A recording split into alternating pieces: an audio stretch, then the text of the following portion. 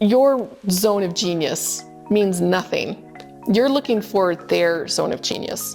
And how are you going to find that? And it's the old analogy, if you asked a fish to climb a tree, they would fail every time. But if you asked a monkey to swim, they would fail. So you're looking for the fish in the water and the monkey up the tree.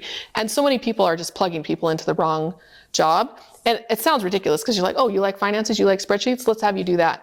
But it goes beyond that. You really have to understand, what are they procrastinating at? What do they like doing? What do they hate doing? What are they only doing because they have to break into this business? So making a list of, for myself, and then helping people I'm talking to make the same list. Here's what I want to do all day, every day. I would do this for free. I do this just because it helps people. I do this because it's fun. That's where you should be focusing. Welcome back to another episode of the Syndication Show. We are very excited about today's guest, Miss Emma Powell. Emma, thanks for joining us today. Thanks for having me. Yeah, and then we have my special co-host, Christian, here. Christian, I would love for you to take a minute to tell Emma a little bit about PREiShare, what we're doing, and what we're offering to the marketplace. Absolutely. Emma, when I found out you were going to be on the show, I was so excited. I think we've ran in the same circles for a long time, and I recently got to know your husband as well, so that was kind of cool, and to see him again, it's great having you guys here. And so we are in the syndication space, which I know that you are very familiar with. However, PREiShare is more of a solutions company for syndicators. And so what we're doing is we're creating services that essentially take away or help solve the problems that many syndicators run into. And this comes from advisors that have done billions of dollars in transactions, and they kind of looked back on their career and said, wouldn't it be nice if? And so we're kind of the wouldn't it be nice, if you will. And the first thing that we're doing that we feel like is creating a change in the marketplace is we're offering liquidity to passive investors. So somebody is in a passive investment, in a syndication, and they need their money out for one reason or another. I'm sure you've seen it or heard about it, whether it's 100,000, or 500,000, but they just need that money for one reason or another. What we want to do is, and what we are doing, is we're creating a fund that will be able to buy those fractional shares in the syndications. Mm-hmm. In addition to that, if they don't like our offer, then they can also put it out to the open marketplace through our listing hub. So essentially they can advertise it, and any accredited investor could come in, and we'll make sure that the right steps are in place so that they could buy those fractional shares that way. So that's the first thing. Second thing is our top-off services. So essentially you're doing a raise, and those sleepless nights at the end of the raise, wondering wwhere that extra money is going to come from. Yeah. What we want to do is have sponsors pre-approved with us. We want to take them through an approval process. We do an extensive research on them and their organization, as well as the deals that they're getting into, so that they can have the money on the ready. It might be a little bit more expensive than their regular LP, but it's right there and it's available, and it creates a little bit of peace of mind in that scenario. And then the other thing that we're doing is we're creating pref equity for people that run into a little bit of a later stage capital need. Rather than going back and doing a capital call to their investors, they can come to us and they can already be pre-approved. And so that way they have more options to continue their syndication forward and complete the deal. And in addition to all of that, we just want to put really good media out there about the whole world of real estate investing, specifically within syndications and funds, and how that works, and create more of a level playing field between the investor and the GP that is creating the syndication.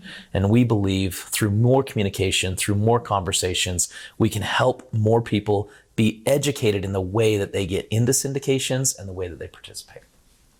Yeah, definitely needed. I often express a lot of anger sometimes that the way that the private placements are structured, that most people aren't even allowed to know that they even exist, much less that parity that you're talking about, where you feel confident enough to say, here's an opportunity in front of me. I know how to evaluate it. I know how to get into it and get them to the point where they're feeling more comfortable being able to diversify across several different opportunities. Because when I was growing up, you had smart people who didn't even know this was a thing until the laws changed in 2013, when we could start advertising it. And I think that it's been a great democratizer between the investors or people who are in the investing and finance world and the Main Street investors who now finally have access to this stuff.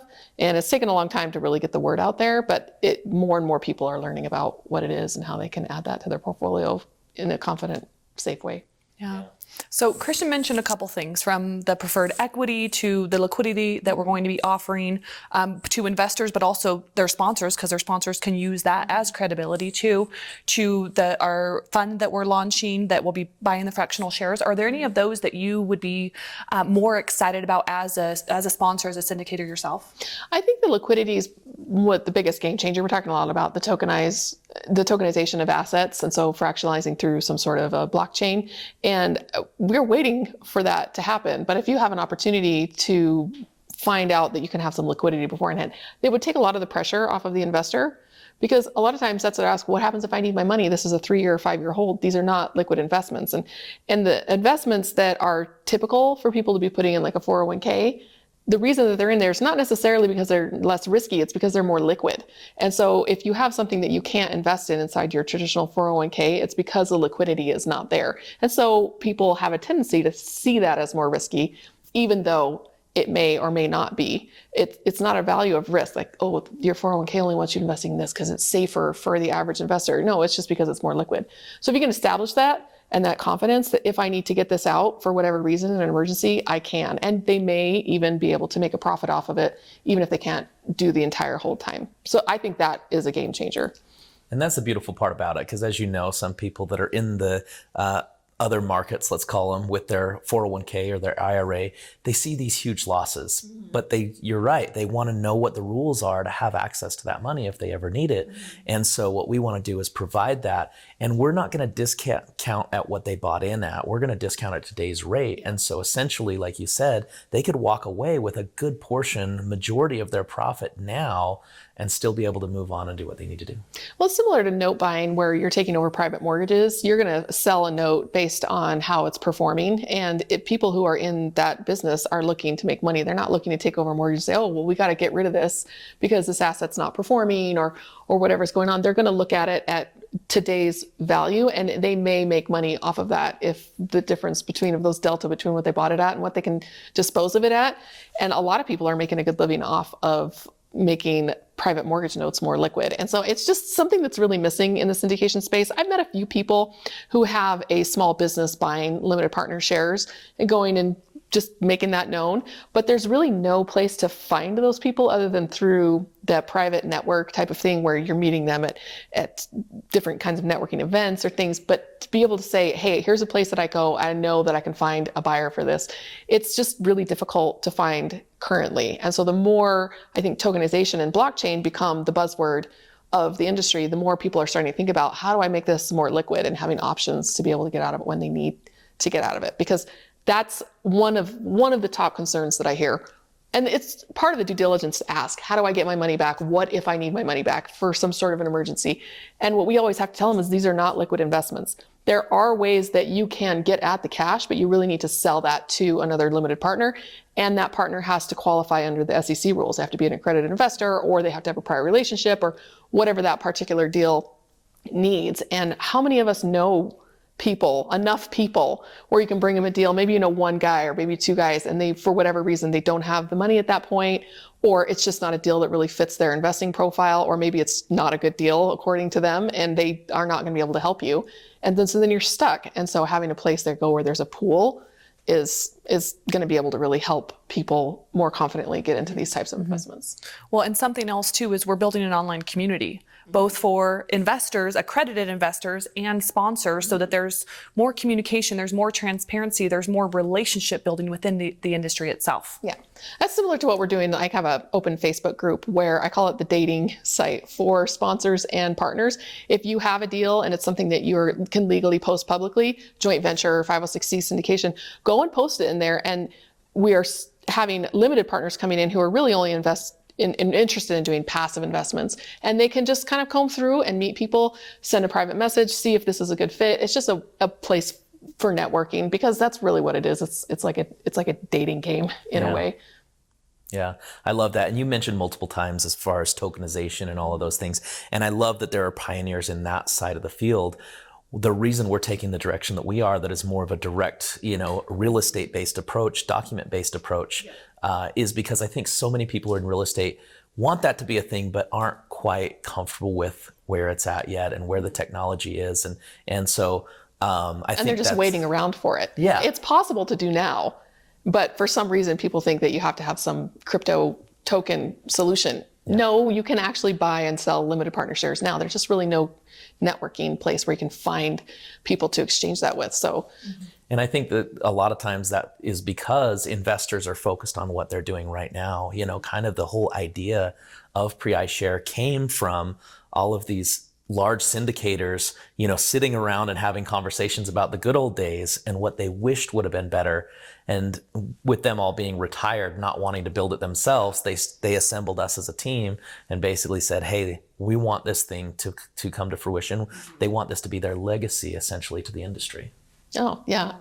You get to the point where younger, stronger backs to be built. But the experience and those ideas to be able to say, like, here's how we would do it if we could go back and do it again, if we knew then what we knew now, and finding the right people to go and make that a reality. Yeah. Yeah. Speaking of going back, I want to go back to where you got started in real estate. What made you decide to step into it? Is it all that you've ever known? Is it something that you just decided one day? And then kind of let's go through the process of what the journey is. And the reason why I want to ask is we have viewers here that they want to get into real estate, or they already are, but let's just say that they're only selling residential homes and they're looking to get into syndications, or they're looking to just do more in real estate, but oftentimes they don't know how. And oftentimes they don't even know what a syndication is. Yeah. There's a lot of the or some of the other interviewees that we've had on, they kind of fell into it, if you will. It wasn't something that was premeditated, that they knew, I want to get into syndications. It's more, it just happened because of that's the direction that they were going, because they wanted to do bigger deals. So let's go back and start with how you got started in real estate. I had a lot of micro exposures to it. Then when you're looking back in time and you think, why didn't I take advantage of that when it was sitting right in front of me? And for whatever reason, we weren't prepared mentally, we weren't prepared financially. We had some people in our lives that that we're proud to say that we knew this person, who were willing to teach us real estate investing, willing to invest with us or teach us what they were doing and have us partner with them. And we continually turned it down because we are very risk averse. And when they say, if it sounds too good to be true, it probably is. Well, when you're used to returns, market returns, or you're looking at rates on a CD and you think, oh, well, they're offering me 10% on a hard money loan so they can go flip this house. Well, that sounds like a scam. And it wasn't because it actually was a scam. It was because we didn't understand what the industry standards were for hard money. It's 12% and 2 points up front. That's normal. And so when somebody was offering us 10 and 0, we thought it sounded like a scam.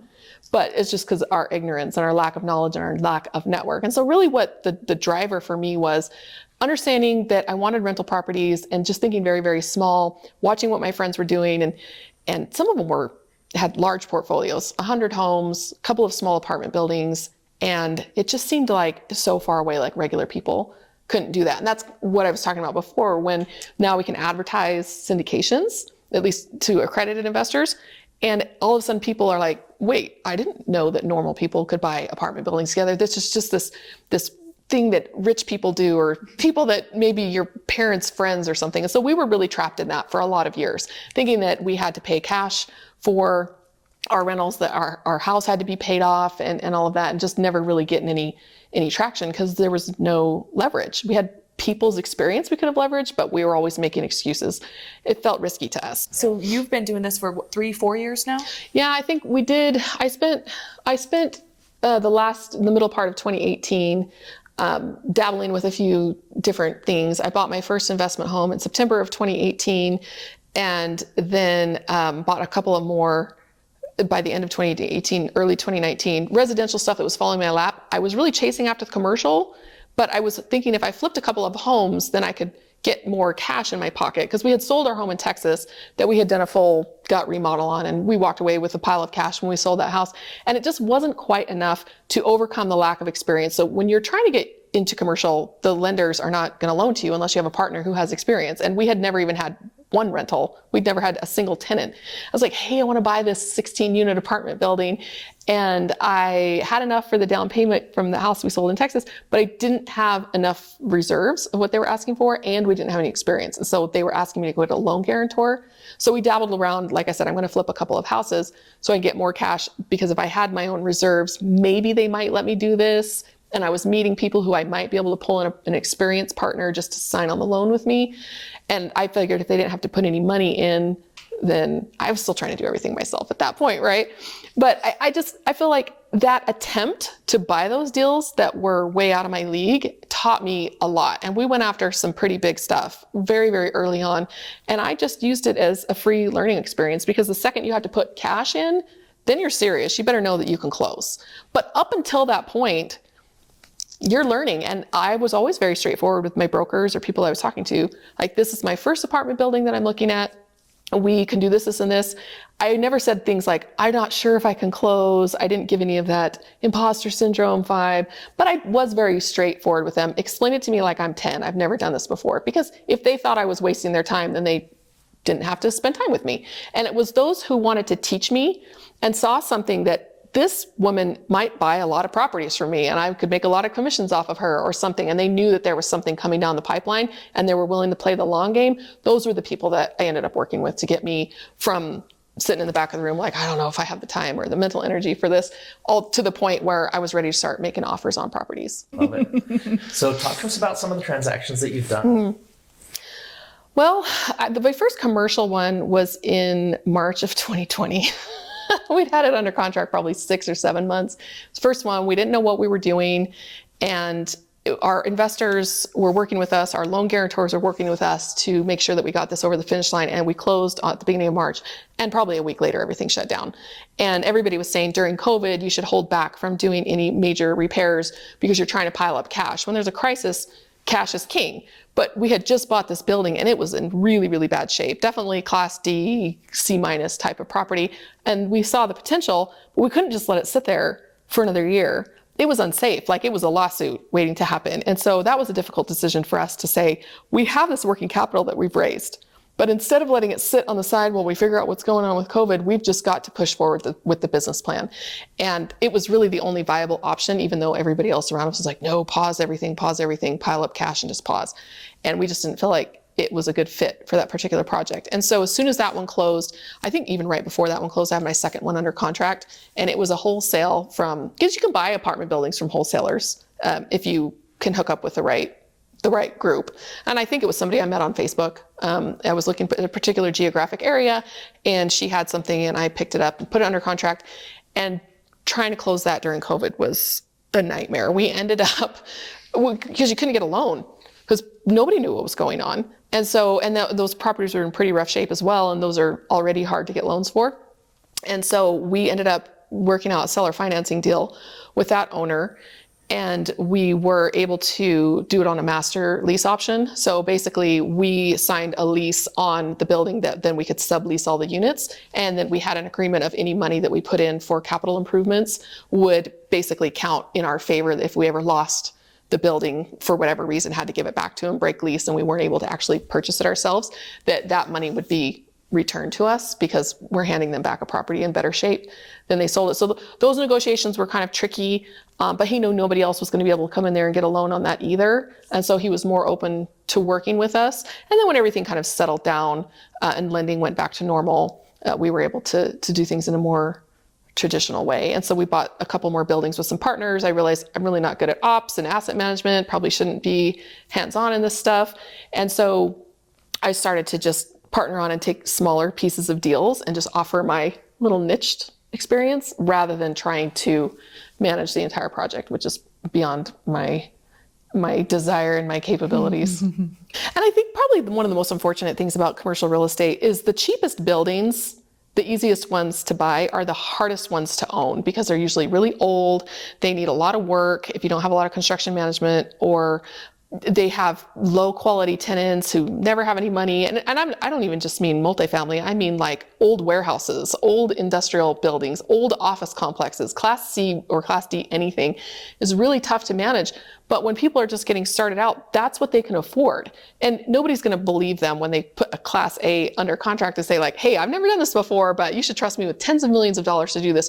And so it's really the irony that to get started, you really have to take on the most difficult properties that experienced people don't want to manage. And I think that's why I burned out very quickly on management, because they're difficult to manage. And we have a couple of nicer properties now that are just easy. You know, those are the ones where you're like, yeah, you just hire a property manager and everything's fine. But for the lower quality stuff, you have a property manager and your entire team basically working full time to try and get this property up to stabilized and being able to make some money. There's a lot of money to make there, but it is a lot of hands-on work. I would never tell anybody not to do that. I know people never touch Class D, never touch. No, it's a great opportunity to make some money if you're willing to put the work and effort in and to do the learning and the networking that you need to do to get the resources you need in order to handle that. It's a big job, but that's where we started. That's where a lot of people started. It's a legitimate path. Yet at the same time, I felt like with the club, because we could get people in at a lower barrier of entry, we're buying much nicer properties now as club partners, and they're just a lot easier to manage. And for me, I wish that had existed when I started so that I could go get my feet wet by putting some cash and some sweat equity into it. And now they'll put in $10, $25, $50, $100,000, but they're not paying me to teach them. It's actually invested in that property. I'm not making any money off of that. I'm just using this networking group where we all go in. I'm benefiting off of the collective bargaining that pool is bringing us. And every dime that they put into it goes into the actual project. So it's a great opportunity to learn. And really the only thing that could happen, they lose the money. But if they spent that on something, then it would be gone, and maybe they still hadn't done a deal. So at least this way they know. The only thing I can guarantee is that you did a deal. Whatever money you put in, you can say, I have it on my resume. Even if the thing fails and you lose every dime of it, it's still something that you did that's on your resume. And that would have been really nice for me to be able to get started. And sometimes you can look back and say, like your sponsors for this fund, how would it have been different if we'd had this? And so then you can say, now, knowing what I know now, I'm just going to build what I wish I had back then. And that, for me, that's what the club is all about. Yeah, and I want to hear all about the club, but you pointed out something that I think is really crucial. And I recently read a book called Who Not How, and he talks about how procrastination is actually a good thing. And when you feel that procrastination, it's probably telling you that that's not where you should be putting your time. You should hire people to do that. Yep. How do you pick those people? What processes do you go through to get the right people in place? I feel like that's one thing I'm good at. That's one thing I take pride in. I have a hard time saying that I'm good at anything because with this business, you're spinning so many plates and wearing so many hats that for you to say like, I'm good at this or I'm good at that, I feel like I'm not good at anything. And so with that one, I can say with confidence, like that I feel strong at. And I think the reason why is because we're from large families and we have a large family. You don't like that person, you don't get to fire them. You just have to learn how to make it work. And so we spend a lot of time working on communication skills and reading up on how to pick good teams, how to create good teams. I think Good to Great, the first section of that book has some amazing information to get the right person on the right seat, on the right bus. And then Multipliers is another one that I really enjoy because what she talks about is your zone of genius means nothing. You're looking for their zone of genius. And how are you going to find that? And it's the old analogy, if you asked a fish to climb a tree, they would fail every time. But if you asked a monkey to swim, they would fail. So you're looking for the fish in the water and the monkey up the tree. And so many people are just plugging people into the wrong job. And it sounds ridiculous because you're like, oh, you like finances, you like spreadsheets, let's have you do that. But it goes beyond that. You really have to understand, what are they procrastinating at? What do they like doing? What do they hate doing? What are they only doing because they have to break into this business? So making a list for myself and then helping people I'm talking to make the same list. Here's what I want to do all day, every day. I would do this for free. I do this just because it helps people. I do this because it's fun. That's where you should be focusing and helping them figuring out what that list is as well. Because sometimes they don't know, especially if they're beginners. Then you have another list of here's stuff I'm capable of doing and I'm willing to do, but I don't really want to. As soon as I can delegate this stuff out, I will. As soon as I can find somebody who's at least 80% as good at it as me, I will offload it. And then you have the list of, I don't ever want to do this again. And it's really important to know what you don't ever want to do again. And helping other people figure out their lists and seeing where you can plug them into your deal. And there are people I would love to do a deal with. I would love to be business partners with, but I always say, I can't work with her.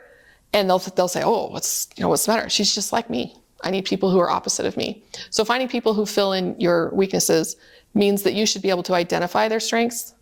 Sometimes you have to be able to identify it better than they're able to identify it themselves, because sometimes people don't know because they've never made those lists. And so that's how I find it. And then to manage it all, the communication techniques. So Crucial Conversations, Nonviolent Communication are my favorite communication books. Just being able to say, I hear what's going on here. I'm watching, I'm holding space for you. Just tell me all about it. Then I'm going to go off and I'm going to meditate. It just looks like I'm just watching YouTube, but I promise I will come back with a couple of solutions. I also like Dave Ramsey's book, EntreLeadership. I think Dave Ramsey, in a lot of ways, really helped me. In a lot of ways, he really harmed my progress. So you're going to learn to take the good from it and say, you know what? He helps a lot of people and that just wasn't a good fit for me.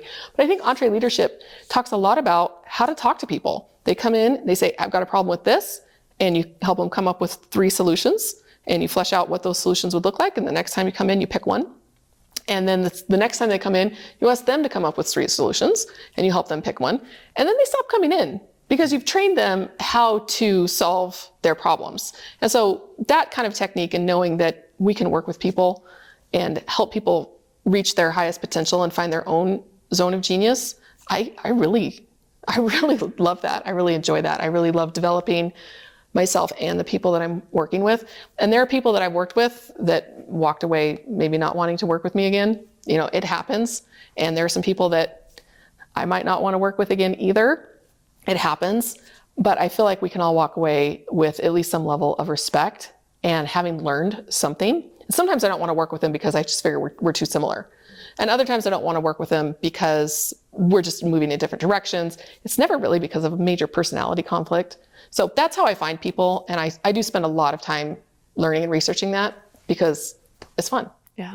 Yeah. So speaking of people, speaking of teams, what does your current team look like in terms of like whether it's the investor club or running the syndications, or, I mean, you have so many different things going on. What does your team look like? Every property is its own business. I don't have a team where I do every deal with the same team.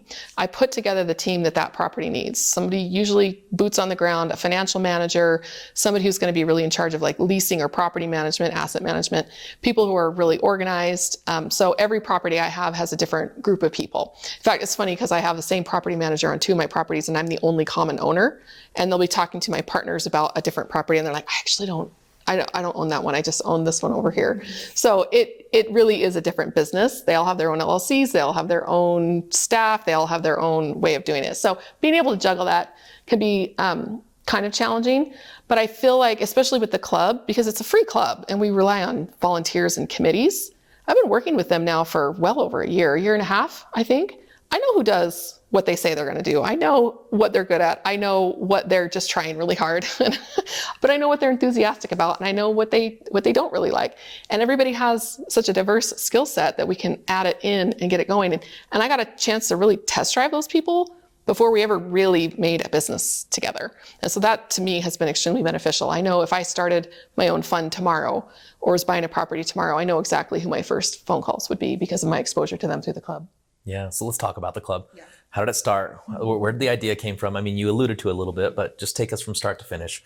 How did the idea come about? What was the, start off of that, and what has it grown to now? Well, like all good things, it came out of a bad thing. So we had a property that we were trying to purchase from one of my partners actually in Texas, and we just couldn't raise enough money. And then in the middle of the lending process, our loan guarantor had a loan that had fallen below performance during COVID, and it just happened to be the same lender. And it's not like they keep a list, like a blacklist of, oh, this guy defaulted on a loan or whatever. There's no list, but just because it happened to be with the same lender, it came up and they said, you need a new loan guarantor. So between struggling to raise the money, I think it was a $6 million raise, and losing our loan guarantor. I don't know a lot of people with a $15 million net worth who can come sign on a loan who has also the multifamily experience. We didn't have enough of them in our network to just go find another one. Maybe now I could roll with it a little bit better, but a year and a half ago, I just didn't know as many. So we were just deciding like, we got to pull the plug on this. And we lost a lot of money because all of your at-risk money, you don't get that back. Your lawyer fees to negotiate your purchase agreement, your inspectors, your property management, running pro formas and doing evaluations and property inspections, that's all gone. And so we lost all of that. And I covered a couple of people, my earnest money partners, I paid them back because people are not going to want to work with me again. If the first deal they do with me, they lose a bunch of money on. And so I felt like one of them didn't want to take it. He said, I'm a big boy. I don't need you to pay me back. And I said, look, I made money on other deals this year and I'm going to have to pay a lot of taxes. So I'd rather pay you than Uncle Sam. And he's like, okay, here's my wiring information. And so that was just a very difficult period to go through. And losing so much money and losing so much face. We're public, we're on social, and it was really bad. And I remember complaining to a partner of mine on another deal that we had bought. He's a securities attorney, and he's very deep into the private equity fund management world. Basically grew up in it and does that as a securities attorney. And I said, I don't understand why we couldn't have just brought more people into this deal. Like if I can only raise $20. We had a $6 million raise. I should have been able to bring in 100 people to get this money raised, but you can't. It's illegal. People cannot use their capital raising unless they have some sort of a license or something. And then they're not going to touch you for a $6 million raise. It's too big for friends and family, not big enough for institutional money. It was just a very difficult space to raise in. And I said, I should have been able to bring in 25 capital raisers and put them all into a single LLC and given them all a certain job. But no, you can't, because joint venture rules say that you can't. They'd be limited partners and this and that. And I was just whining. I was just venting. And he said, you can do that. It's an investment club. He said, the SEC has already carved out rules on how to function as an investment club. You can't recruit publicly, hey, come join our club. Like that kind of stuff is off limits. You can't be talking about all the great returns that you got. It's very similar to a 506B syndication, where you can talk about what you do, but you can't recruit. And you have to make sure that you have less than 100 members. And so I just went through the SEC website and I just read all the rules on it and interviewed a bunch of different attorneys to see if they could help our structure set up. And we found a website called TribeVest where they do all our corporate governance and LLC creation and bank accounts and operating agreements. And I was like, hey, this is kind of done for you. And so we just load all of our stuff onto TribeVest and people will put their money into the account. We signed the documents and sent everything over. It ended up being a great solution out of losing all this money and not being able to put the team together that I needed to make this happen, because there are rules about how many people and what they all have to be doing. I just felt handcuffed. And so the club just really freed me to get a lot more people involved. And most people are like, oh, I don't know how you can do that. It's like, I love it. And again, that's something that I like doing, that's easy for me, that other people hate. That's what you focus on. Yeah. Be willing to do what others are not willing to do doesn't mean that you have to hate it. It means that most people hate this. I actually like it. So that's what I'm going to focus on. Let's just say any of the viewers right now are interested in what you're saying and they want to be involved, or maybe they want to be a member of the Facebook group, or they want to come to some of your events. What's like a good starting point for them to kind of enter your circle? I just keep it all on one website page. It's www.highrise.group. And if you do /contact, it has a link at the top to every social channel that we're on, LinkedIn, Facebook, YouTube, whatever. And it's got a link to schedule a meeting on my calendar. So my calendar is God. I wake up every morning, I'm like, what am I doing today? If it's on the calendar, it gets done. If it's not on the calendar, I'm not answering the phone. So I love those calendar calls though. I love just looking at the calendar and being like, who am I going to talk to today? So people say, oh, I don't want to bother you. I don't want to take much of your time. Networking is how this business runs. And the calendar is there for you to sign up for a spot and we can talk about whatever you want. It's free. I'll probably try and get you to come to a club meeting because it's super flexible, and no matter what you're trying to get out of commercial real estate, you can build what you need in there. But other than that, it's super, super easy. It's all just right there. Yeah. You mentioned networking, and I know that was one of your primary focuses when you were getting into real estate. If you were Can you give our viewers maybe your top recommendation or a couple of recommendations in terms of getting into real estate and really networking? It would be networking online, would it be in person, or what sort of things could they do if they want to build more of a community, right? Meet other people, but also learn more? Well, there are two skills I say that if you want to do this as a business, you really need to have. A lot of things you can delegate to other people and you can tweak to fit you, but there are a couple of things that these are non-negotiables. One, networking, and two, some sort of financial savvy. I'm not the financial manager. I don't do the spreadsheets, but how do I get those spreadsheets done? I force myself to learn so I can at least read them and use them. But I found other people to handle the financial management through networking. And so if you can't network, or you're like, oh, I got to go to a network meeting tonight, or I just really don't like people. If you don't like finances and you don't like people, real estate is probably not a great business for you. Now, that said, if you can get your mind wrapped around that and you're willing to do those two things, everything else can be delegated, negotiated, whatever. But those two things, you can't outsource that stuff. And so for me, networking in person has a lot of value, but so does networking online. And so you really do need to do a little bit of both. But just make sure that you show up. Networking, people complain that they're not seeing any results. You got to make friends with those people first. And we'll take our kids to networking meetings at Topgolf, and we'll walk out and like, you just played golf and talked about sports and stuff the whole time. Like, yeah, we're doing business. She says, how is that doing business? I said, well, the business comes later, because I guarantee when that person has a deal that's something that I already do, who are they going to call? Who are they going to remember to call? Because as organized as you want to be, oh, we wrote it down, we logged into our spreadsheet, and we put them in our CRM pipeline, and we have follow-up calls. Nobody actually does that. I talk to some of the best networkers and capital raisers out there.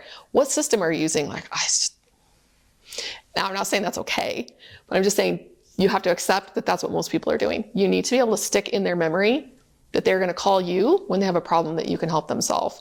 And that's because you're actually friends, because you talk about sports at Topgolf. Yeah.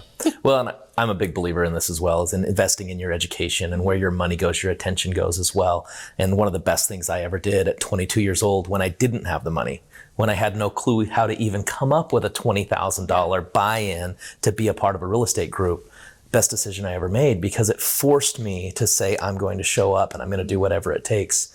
And, for some people, they need that motivation, because I tell you, I invested less in other programs and I was less invested in getting my return. And I think that was one of my biggest hesitancies about putting down a large dollar amount at the beginning, was because, like I said, I knew that I was going to rabbit hole that thing, and I better be ready to run. Because once I put that much money down, I'm off to the races, and I was just not ready to be off to the races.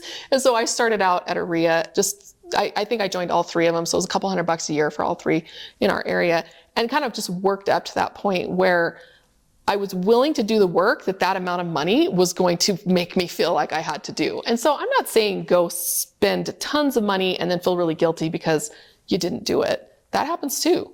Well, and that's the other side of it, right? Mm-hmm. Because when you invest into a mastermind or a program to teach you, that only opens the door to the field. Yes. Now you have to play. And too many people that I've seen, get frustrated with real estate or the industry of real estate education because they didn't put forth the effort. They thought the investment was going to get them the return. And the only way that happens is if they're investing in a syndication. So let's talk about some of the best and worst deals you've seen come across your plate. I think they're all the best and all the worst. It's like children, because you see all their strengths and their weaknesses. Obviously, the worst deal was the one that we didn't buy, that we lost a bunch of money on. I know the person who bought that deal. It was actually funny. I was at a live conference in Florida, and we were sitting waiting to go into dinner. And the man that was sitting next to me, he was the conference organizer. And I was just chit-chatting with him. He tells me he's buying a property in this particular city. And I said, oh, we looked at a property. It turns out it's the same property. So he bought it after us, and he has made it a great project. And so some people are like, sometimes the best deal is the one you didn't do. No, that was a good deal, and we lost out on it. So that was a bad deal for me, but it ended up being a good property. That was the worst one. The best one I ever did, honestly, our high-rise entitlement. It was the sexiest project I've ever done, and the one that I'm particularly proud of, because the wholesaler who sold me that land right before, I was panicking. I had to come up with $500,000. I didn't know how I was going to close, and I was really not just lost. And I called him up. I said, I don't know what I'm going to do. I don't know if I can close this deal, and I just want to let you know because I don't want to waste your time. And he said, I have another buyer who will buy it, who's actually offered more than you're paying. So if you need to back out, I will make it easy for you. And I thought, And when we finally closed on that deal, I managed to get the partners together and get it done. It was an amazing team, one of the best teams I've ever worked with. And when we finally got it together, the seller told me, he said, I thought the first time you called me about this, there was no way you were going to close this thing. I thought you were just tire kicking and wasting my time. And I had kicked a lot of tires, and I had wasted a lot of people's time. But eventually, if you do that enough, one will close. He didn't know how many tires I'd kicked before that. And I had learned enough that I got that one done. And when you're looking at a deal just by yourself, you can get emotionally involved in it. And you need to bring it to other people to tell you that your baby is ugly. And you don't want to hear it. But when it comes in through the club, I don't have any emotional attachment to that deal. And we just together open it up. And so we'll usually look at the pitch deck. Big red flags are age of the building, if it's from 1960s or something like that, and their capital expenditures budget doesn't have a line item for plumbing. Or you see that it has copper plumbing or cast iron sewers, and they don't have a repair budget for that, because those floods, that will kill your project. So that's a big red flag. When we're driving around on Google Maps, which we'll do in the club, we'll just click it open and just start spinning around and looking around. The neighborhood looks trashier than your property. Your property may be trashy, which is fine. But if the neighborhood is even worse, you cannot fix that. You can only fix what's on your plat. And so that's a big red flag. Another one is if I see that gleam in the operator's eyes, that they're going to make a lot of money off of this. I want them to make money. I want them to be excited. I want them to have their head in the game and be managing this very diligently. But if they're looking like super excited about how much money we're going to make off that, it usually means that they're taking a huge chunk, and the investors are going to make what's average, and they're going to make a lot. So there's just a gut check with that I'm like, are you getting paid on performance? Or are you getting paid on fees? Or are you getting paid on an upside and you're making a 60% return and we're making our average 17%? I would like to see us invest as investors make a little bit more if the project is amazing. Like, why don't you just put it at 18 or 20%? You'll probably have an easier time raising the money, and you can offer that to us, and you're choosing not to. So that's a huge red flag. Another one is if the general partner promote, meaning the extra that they get if it performs well, is the same as what they're projecting. So let's say they're like, hey, this deal is awesome. It's going to do 17% IRR, and we get to promote at 15%. Like, your promote should be 20. If you're projecting 17, the promote should be 18, 20, 21, something like that, because I want to say that you get paid when you exceed expectations, not when if it promotes at 15 and you're expecting it to do 17. I'm like, come on, that's some of this. As a club, we typically are on the GP side, so we will typically make money alongside them. And so it does benefit us, but at the same time, it just bothers me. I just don't want to do business with anybody who strikes me in that attitude. So that's a huge red flag, and maybe the most important, because the team is the most important part of this deal, not the plumbing, not the location, not the neighborhood. They say location, location, location. No, it's team, team, team. And if you don't feel comfortable with them, they don't have a great track record, and you don't feel like they're ultra honest, high integrity, and they are doing this because it is the way that they can make the most money and have the most impact. They want safe, clean places for people to live and work. And if that's their motivation and they want to help their investors, that's going to come across. And that's the kind of a person I want to invest with. What are some of the things that you do to vet that team? Well, the simplest stuff, you start out with just a gut check. You're just going to meet them. You're just going to talk to them.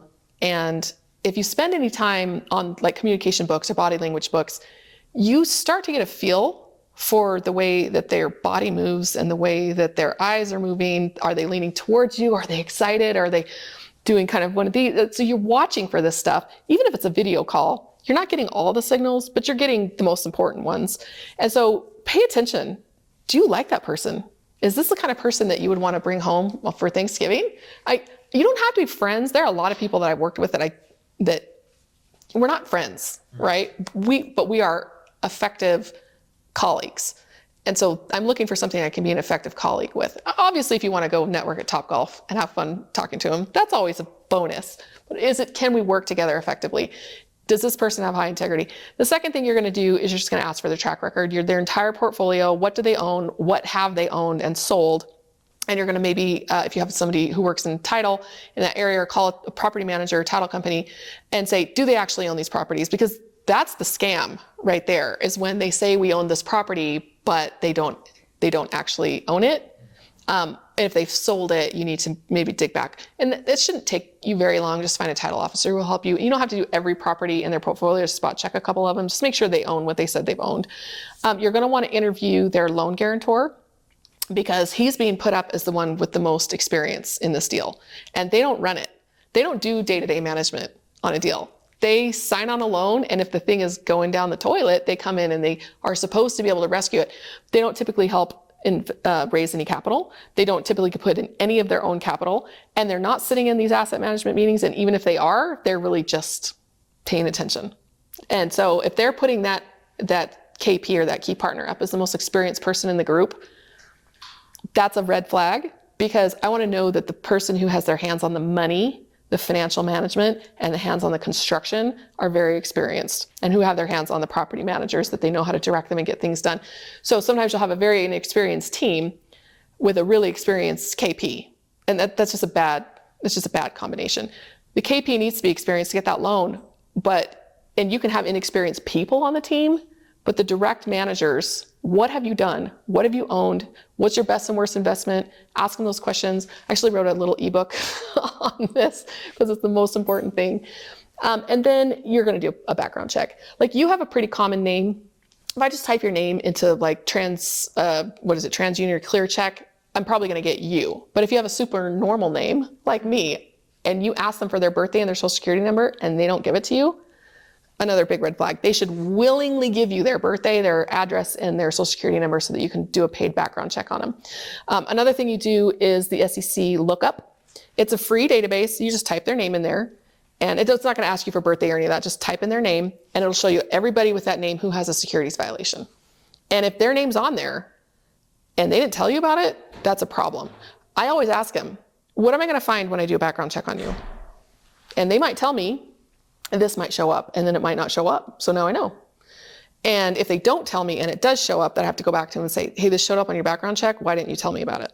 Were you hoping that it would slide? I mean, I don't confront them like in that, but that's, usually if something shows up on their background check, I'm done. Yeah. And somebody recently, I didn't want to do a deal with somebody because there was some questionable stuff in the background check. And that person immediately said, I don't like them. I was like, what doesn't have anything to do with liking someone. It means that you had to have questionable business activities in your background. And you didn't tell me before I looked it up. I've also asked people, what am I going to find in your background check? And they tell me some stories. And I'm actually fine with it most of the time, because they told me, and we talked about what happened, what went wrong, what they learned from it. So if they have any kind of securities injunction, like, you can never violate the securities rule again, or you will go to prison. Like, I'm done. So that doesn't mean everybody is. I know a lot of people who have securities injunctions, and they still do plenty of deals, and plenty of people invest with them, and they're all making money. It's just, for me personally, if someone has an SEC injunction, I just don't feel comfortable. Yeah. So those are the things that I look at. If you can meet them in person, fly out to the property and have them walk you, those are bonuses. But those, at the very minimum, are how I tend to vet people out. Love it. So much. So many golden nuggets. Don't do business with people that you're not confident in. Doesn't have to be 100%. Most people are never going to feel comfortable before they do their first deal. I'd say 80, 90% confident, just pull the trigger. Just go for it. Yeah. So, well, Emma, I would love to know, where are you when you're looking at investments right now, in terms of just the current state of the real estate industry, and especially this year, right, in 2022? And what do you, like, how are you pivoting to prepare for, say, 2023 and 2024? I'm waiting till 2023, that's for sure. I was on a Zoom meeting the other day, and my microphone was on by mistake, and my daughter was driving, and she almost got into an accident. And I'm like yelling into the microphone, like, I didn't realize the sound was on. Like, don't stop all over. And it was very scary. And then I realized my mic was on. And so I typed, I'm sorry, my daughter almost just got into an accident. And they're like, oh yeah, I said, drivers with permits, I would rather get a commercial loan. It's so bad right now. It's so bad. And it makes me feel completely incompetent right now. We've got an LTV on a stabilized property, 50%.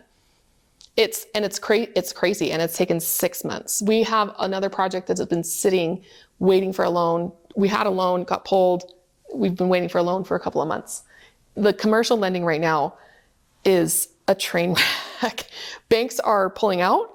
A lot of private funds are running out of money because their institutional funds that they're relying on pulling that money from have shut down operations, which is what happened to us. They just like, we're cutting off certain projects under a certain threshold. They raise the threshold and suddenly you have no loan. Not me personally, but somebody recently was at a conference, was freaking out because after they signed their paperwork, their closing documents, the LTV on the loan went down and they had to go raise $1 million, $2 million, something like that in like 24 hours. I don't even know. It's like what you're talking about. That's when you call you. You're like, the LTV went down. We closed yesterday and now we've got to bring this much more money to funding. Those types of things I can't control. And I try to avoid getting involved in things that I can't control. And to me, that's just a recipe for anxiety. So I am choosing to do deals only through the club this year because I'm not managing those.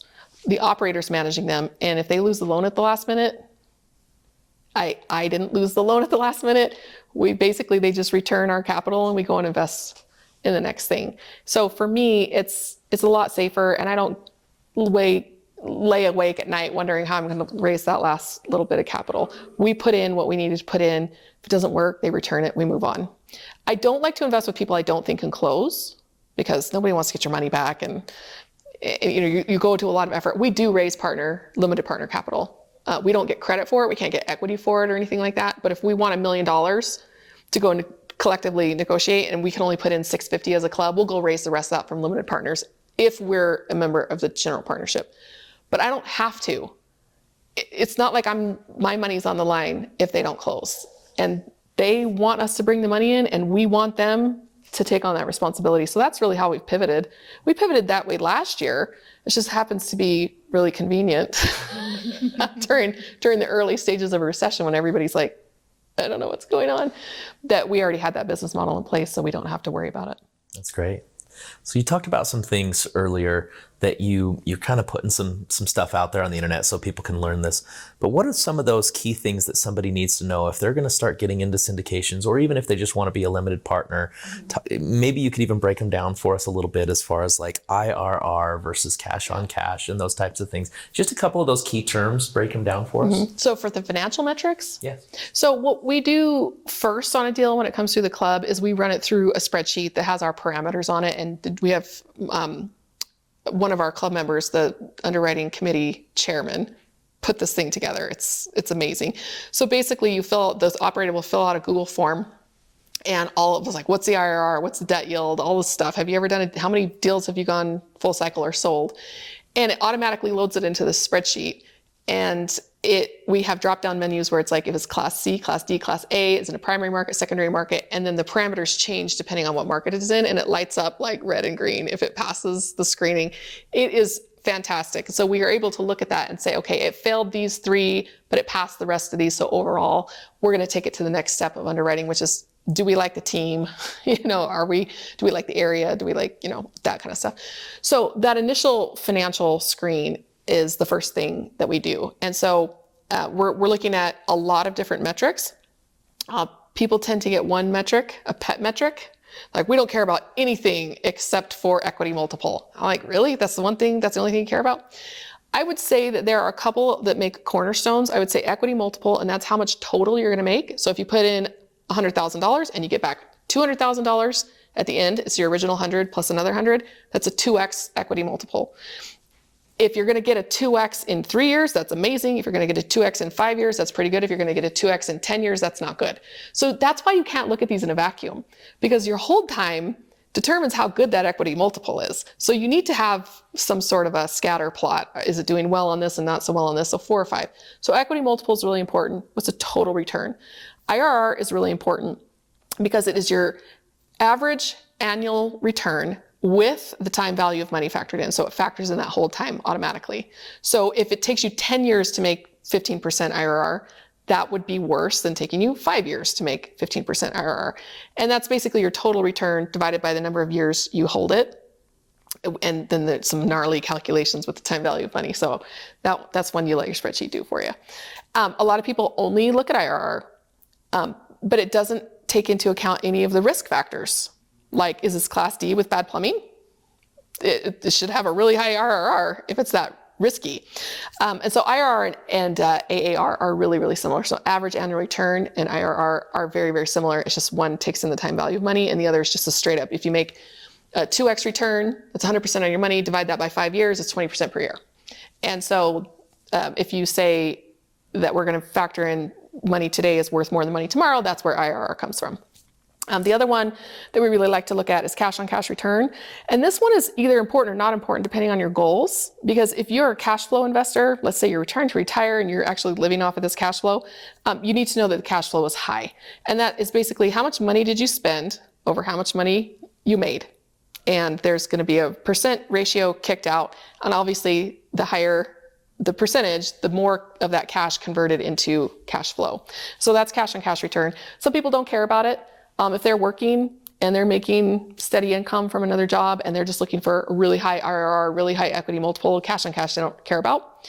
But like I said, if people are retiring, that might be really, really important to them. So that's another one that we focus on really heavily. And then there are a couple of ones that we like to look at for risk evaluation. The best way to lose a property is to get foreclosed on. Everybody loses 100% of their money. And that would be the worst possible outcome. And the quickest way to get there is to have a bad capital stack and your debt is the biggest part of that capital stack. And if you can't pay that debt, you're literally out of business. So looking at what lenders look at to evaluate risk is really important because it's all about, can this property service this debt?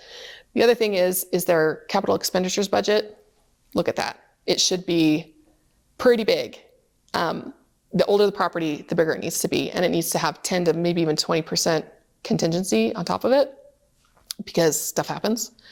And then probably the last one that's really important to us is working capital. How much money do they have set aside in their personal bank account or with the lender, can go either place, per unit that they're buying? If they get into trouble, do they have this money set aside so they don't have to do a capital call or the owners don't have to pony up more money? And so if they don't have a good, healthy working capital budget, then it's just too skinny. It's too scary because it'll always go over budget and take more time than you thought. So just make sure you're prepared for that. So those are the major ones we look at. And then you got a bunch of other little ones that, people like to makes them feel smarter, I guess, if you have more of them. But learn which ones are important to you and how they interact with one another and get 2 or 3 or 4 that really reflect your goals as an investor and learn what those are. And the only way you can learn that is by learning all the weird nitty-gritty ones and getting familiar with what it reflects. Now, I'll give you an example. If you have a really high IRR and a really low cash on cash return, those 2 things are telling you that you're going to make all the money on this when you sell it. Because you're going to make a lot of money when you sell it, but it's really not cash flowing very well. And that's telling you that you either need to get some sort of a refinance, so you can get a chunk of cash out refinance, or maybe it's a new development and there's no cash flow because nobody lives there. And so if you see a big delta between those 2 things, it usually means that it's relying on a refinance to make that money, which is risky because you don't know what those refinance terms are going to be. So if you're seeing high cash flow and lower IRR and they're really close together, it might be a property that's in an area that cash flows, but maybe it's not going to appreciate very well. And maybe it's a crappy property in a crappy market. So you're looking for the relationships between these things to tell you what you're looking at. That's what I'm talking about. I don't love that part of it, but that's part of real estate. Yeah. If you're not willing to learn what these things mean, then you're really taking on more risk than you need to because you're investing in something that you don't really understand. Yeah, I love it, Emma. I mean, for more information on some of the stuff that you just taught to the audience right now, I mean, YouTube, social media, get involved in your investor groups. Yep. And like I said, that spreadsheet, when we created that spreadsheet as a club, we went through like, what IRR do we need to see on a Class B property in a Class B area or, a second tier market? And we all kind of thought about, well, we'd like to see this or that. So we all put that together as a team. And the process of going through that was very beneficial to people who were newer. It is like drinking like from a fire hose. There's a lot of information, but I usually say spend about 10 hours just learning what this stuff is. And I try to write a book. It's called The 10 Things Every Passive Investor Should Know. And each one should take you about an hour to go through. And the videos that I have on YouTube are about an hour each. And so that's your first 4 hours. And if you watch it twice, you pretty much are to the point where you feel like I can probably confidently evaluate this and go into it. And I think having a group of people at the club, it's like having gym buddies. You go in and they're your accountability group that I don't want to look at this deal today, but I'm going to show up. The problem with the club being free is that it's a lower motivation for people to show up. And so that's something that we struggle with. So we're probably going to start offering some sort of an accountability group where if you show up to the accountability group, it's because you paid for it and it's because you weren't showing up to the free club.